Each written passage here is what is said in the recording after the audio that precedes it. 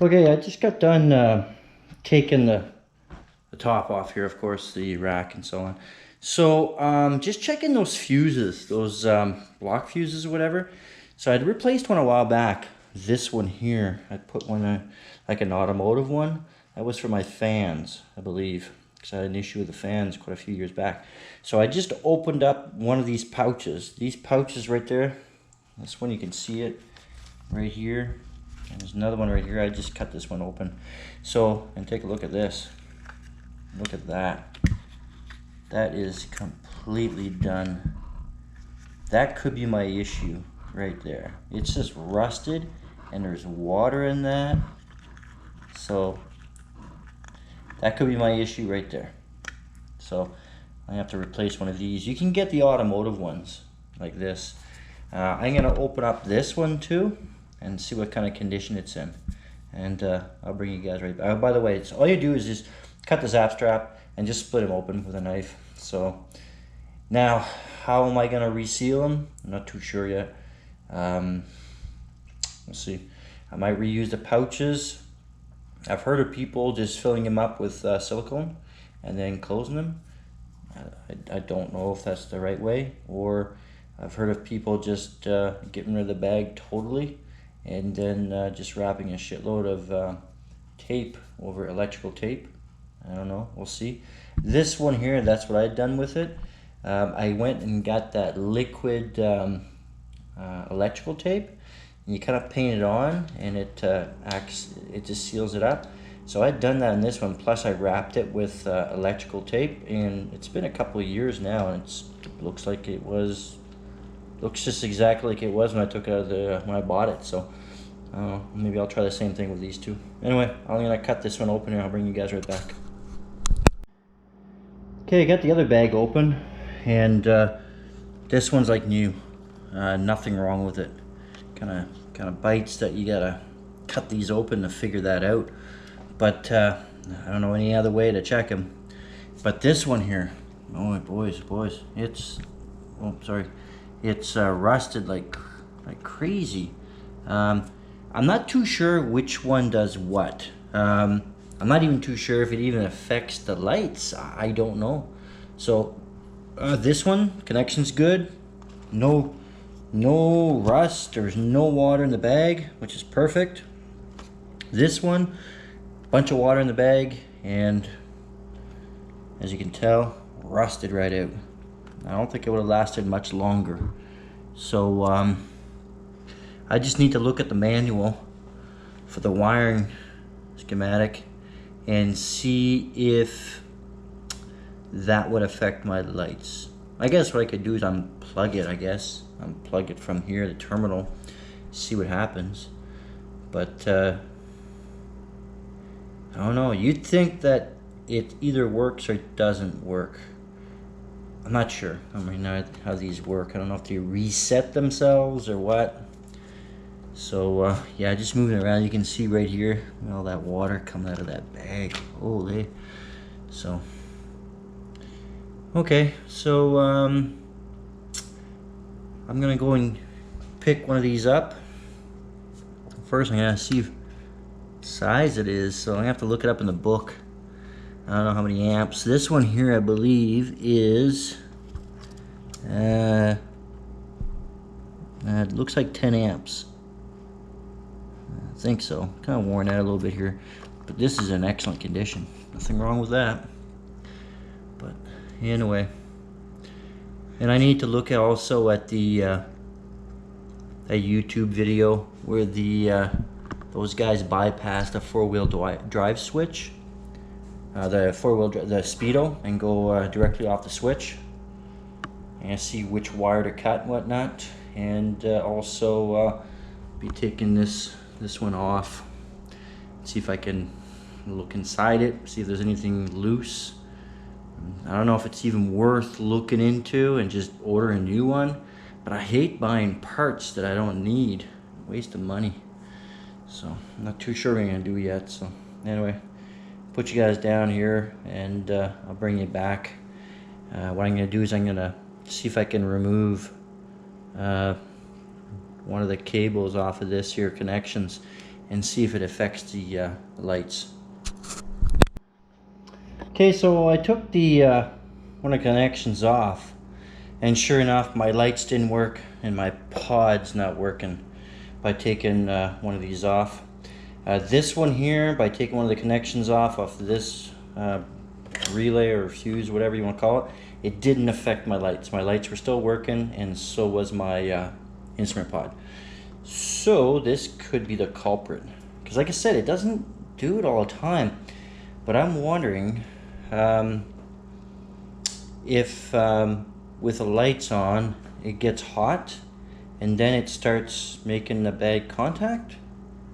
I don't know, but it definitely needs to be changed, no questions there. So that will be changed for sure, and then I'm gonna reseal that, reseal this one, and yeah. So the next step now I think would be to remove my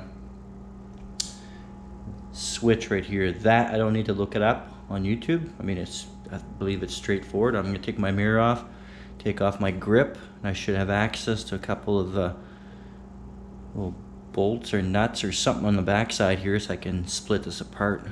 But let me get to that, and I'll bring your guys right back. Okay, so I got the switch off, and these are the connectors right here.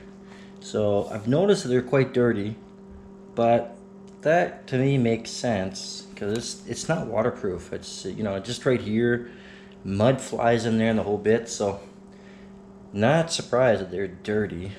So I mean, I can clean them up. That's no problem there. I've got some contact cleaner, and I've got a good air gun. Can always blow them out from the backside. But I mean, I've moved these around twisted them the whole bit while they're plugged in, and it doesn't recreate the issue I have when I'm driving. So I took the switch off. I've got it right here on my bench here. That's quite filthy, as you can tell. Got a lot of things on the go at the moment. But anyway, so okay, take this off. Fairly simple. You'll see on the back side of it, you got this little plug, this little black plug. Take that off. There's like an Allen screw in there, and what that does is that it holds it on the bar. So when you tighten this little screw right here, it goes through inside right here. I don't know if you can see that, and it kind of locks it in on the handlebar, so it doesn't twist like this. So anyway, I backed it off, slid this off the bar. To split this in half, get these three screws right here. So I'm going to assume, I'm probably right too, in here, these switches here, they're going to be ball bearings and they're going to be springs. Careful when you take this apart, so you can put it back together. So I'm going to have to create a good workspace here, get rid of some of this clutter, so that if anything comes off or flies off, I can find it. So, but the other thing too I noticed, inside right here where it plugs in, really filthy. And if I look really close, some of those little prongs or whatever they're called are pretty dirty. So I'm gonna clean that up, and same with the connectors. I'll split this apart, see if there's anything inside that I can see that's loose, and replace that fuse, and put it back together and see what happens. And also, I'm not going to forget here too, is the four-wheel drive. Bypass that switch, or bypass the instrument pod, so it's just activated by the switch. But yeah, so that's where I'm at right now. So it's a little bit late in the evening here. Obviously not gonna get time to go to the auto parts store to get a new fuse. I still gotta take this one off here and clean it off as well as I can, so I can read on it how many amps it's rated for. But yeah, anyway, that's it for now. So until next time. Okay, so went out and got one of these fuses. That's what the old one looked like, and after cleaning it up, And you can see right here, the edge, there's holes. So it was rusted right through both sides. So I believe this is probably my issue. And the bag that it was inside was full of water. So certainly was not good for it. So I'm hoping that's the issue. So I bought a new one, 20 amps. The old one is 20 amps, I think. I couldn't read anything on the side, but looking online and the wiring diagram leads me to believe this one is a 20 amp one. So I put this in, and what I'm going to do is fill the bag up with clear silicone. I just bought some clear silicone for window and door and siding. It's waterproof. So I figure if you fill that up with this inside and zap strap it, it should make it pretty well waterproof. We'll see what happens. But I'm leaning more towards just replacing this and not fooling around with this switch yet. I cleaned up the contacts. Same with the wiring, I cleaned it all up. So if the problem comes back, then I would say this is the issue. Now, with my idea to bypass the four-wheel drive, it turns out that it's for people who have a speedometer that is no longer operational. That's it's broken, can't be fixed. So they bypass the all-wheel drive. So apparently if I do it that way, then it renders my speedometer inoperative. Mine works fine, so I don't want to mess around with that. So I sent out a message on the Polaris forum to see if anybody's bypassed the all-wheel drive, bypassed a Speedo, but bypassed a fully functional Speedo. And I haven't heard anything back yet, but I'm gonna wait before I do that. I don't want to fool around with what's working right now. It works fine, so I don't want to fool around with it. So anyway, I'm gonna set you guys down for a little bit here. I'm gonna clean the inside of this bag right here. This one is nice and clean, it's like new. I'm gonna stuff it back in there, and I'm gonna fill this up with silicone and then zap strap it shut and let it dry overnight. Same with this one. And then put everything back together, see what happens. So I'll bring you guys back in a few seconds here. Okay, I've got the circuit breakers back in their pouches. So what I'm gonna do is I'm gonna use the silicone here and fill these up, especially the top parts. So I'm thinking, well, that's the only place that they could have the seal would have broken, would have been right around here, like where the wire comes down, and here, or the bottom, because I had to slice that open. So, and just a cautionary note for anybody who's going to be doing this. When you cut this open here, just be very careful. Use a really sharp knife, but just go back and forth until you just go through it, because you don't, especially the 20 amp one, there is well, if the switch is on, there's power to this one right here, so you don't want to be touching that.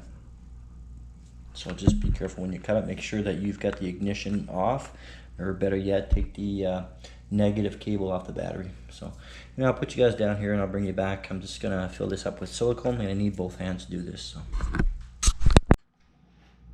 okay, it's got done here filling up the bags here with silicone. As you can see there, they're little silicone coming out there. So I filled up the whole bags, and then I filled up the seams right here where the seams are welded, just in case they leak from there.